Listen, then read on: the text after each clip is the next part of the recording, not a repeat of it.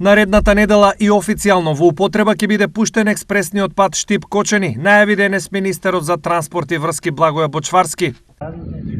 Многу ми е драго што со овој пат ние ќе комплетно смениме сликата на инфраструктурата во регионот, а ќе помогнеме и во делот на безбедноста на граѓаните, бидејќи се работеше за доста оптеретен патен правец во делот на старата делница со многу сообраќај и многу сообраќајни незгоди.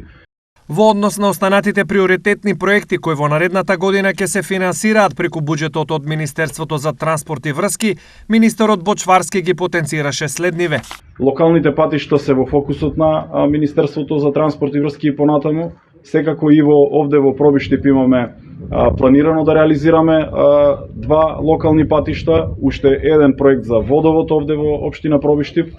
Ќе работиме и на останатите проекти во општина Штип кои што веќе се започнати. Во општина Делчево имаме проекти за водоводи и канализации, во општина Берово исто така работиме. Генерално сите општини се опфатени спреку нашите програми. Новиот буџет на Министерството за транспорт и врски за 2023 година е околу 324 милиони евра.